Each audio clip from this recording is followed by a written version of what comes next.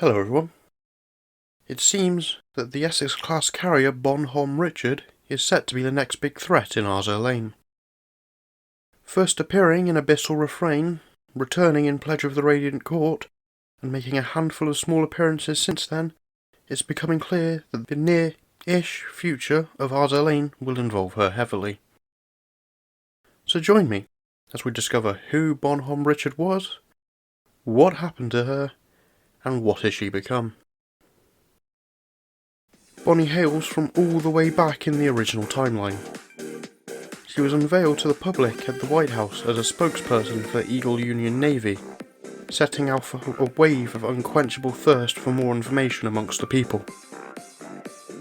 Thanks to her novelty and her cheery, playful personality, she rose to celebrity stardom almost overnight, earning herself starring roles in movies and a spot at many high-profile events. Her being cute as a button and her sassy response to someone claiming to expose her and the other shipgirls as a government psyop probably helped too. Despite her cheery disposition and celebrity status, her life was far from easy. She was still an active duty member of the Eagle Union Navy, on top of her cultural ambassador duties. Mix in being born in a time where shipgirls had yet to receive full human rights, and an intensifying Cold War, Bonnie was under quite a lot of pressure. All the time. It's no wonder she would eventually crack and give in to metamorphosis. At the height of Cold War tensions, the Eagle Union announced its annual large-scale exercise within the North Atlantic Ocean. At the press conference for that announcement, Homme Richard was notably present. In response to this, the Revolutionary Front, Azur Lane's equivalent to the Warsaw Pact, announced its own extra exercise in the NA Ocean.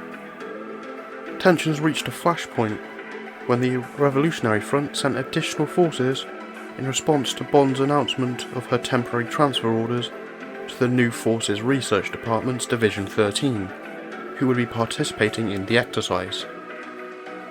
That is when things started to go oh so wrong.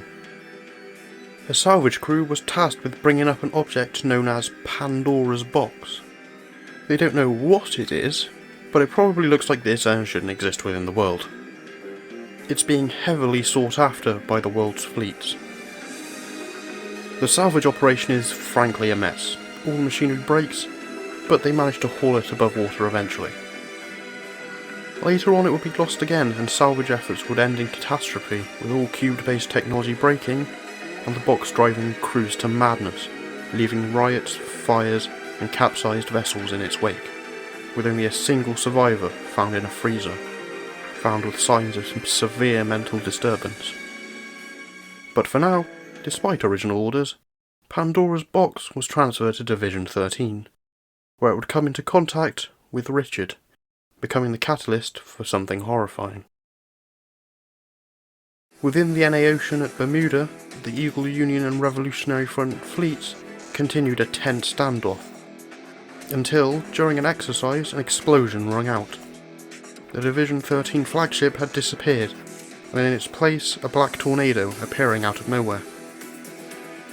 The tornado began moving directly towards a nearby warship, causing it to violently explode. A message from the Eagle Union's 2nd Fleet flagship ordered them to stamp out rebellion, and that's when all hell broke loose, as the tornado grew into a full-blown hurricane, engulfing most of the Eagle Union and Revolutionary Front fleets. Chaos ensued as both sides began violently firing on each other in their induced madness, until most had been sunk, either by each other or by Homme herself. The remaining Eagle Union and Revolutionary Front forces were able to regroup and launch a counterattack, allegedly neutralising the threat after several hours. Pandora's Box would be recovered by the crew of the USS Enterprise. The nuclear one, not ours. This, of course, drove some of the crew mad, and almost all were offloaded save for Captain John Archer, who attempted to destroy it with a nuclear detonation. Survivors recount Bond speaking to them, saying she would destroy everything and grinning like a maniac. They claim it was the tornado itself smiling and talking, and the survivors show clear sign of psychotic damage following the event. In the aftermath of the first Meta's rampage, Cold War tensions largely dissolved, as both sides worked to cover up the true nature of the incident. Richard was claimed to have gone missing, and further discussion would be dissuaded or censored. Safety locks were implemented on the Wisdom Cube, lowering their output somewhat, but allowing a final chance for a ship to regain herself before turning meta. Meanwhile, Dr. Aust's anti-X program began gaining further traction, eventually developing into what we now call the Sirens, or Antiochus. Sometime after this, the entity known as Deus Ex would make its appearance and lead to the downfall of the original timeline. And that brings us to today, where Homme Richard is the Chaos Goblin we know and love? Sneaking between the cracks in timelines like a rat, trying to corrupt any ship girls she can. Gone is the adorable cinnamon roll, and in her place, a corrupting force of nature, who believes that ship girls are, at their core, weapons, and should fully embrace that identity, as a mindless, uncontrolled tool of violence. She preys on their insecurities to enrage them, until they give in to anger and devolve into puppets of their own lust for destruction. Bond takes sadistic glee in doing this. Any ship girl she comes across is another to have their identities overwritten, leaving them a rampaging meta. She often does this by posing as her non-meta self, slowly manipulating and goading them into undergoing the origination process while they're trying to kill her. She is completely above the Sirens. Despite Observer Zero's near infinite information on the past, she cannot be written into her mainframe, and attempts to recreate the events that created her namesake ship do not lead to Homme Richard the Ship Girl. When she went meta, something else happened, and that something else had prevented her from existing in any other reality. But don't worry, she's very eager to join us in the main timeline, and not even an arbiter backed by a ridiculous amount of firepower is going to stop her. As for what that something else is, I would put money on it being Deus Ex, the true villain of Azur Lane. In the Full Scales, when commenting on the World Expo crisis, revealing our existence to the X, she specifically states, "We've found your home at last."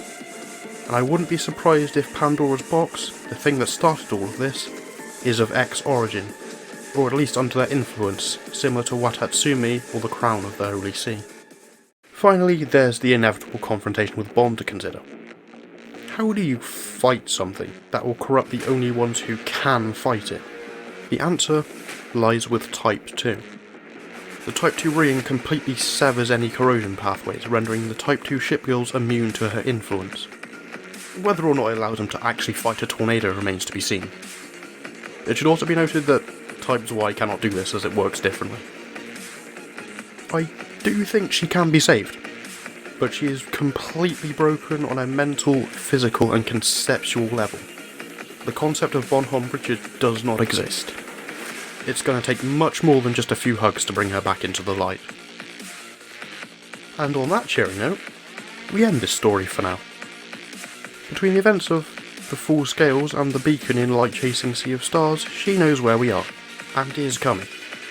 Slowly. The joys of having a story that only progresses once or twice a year.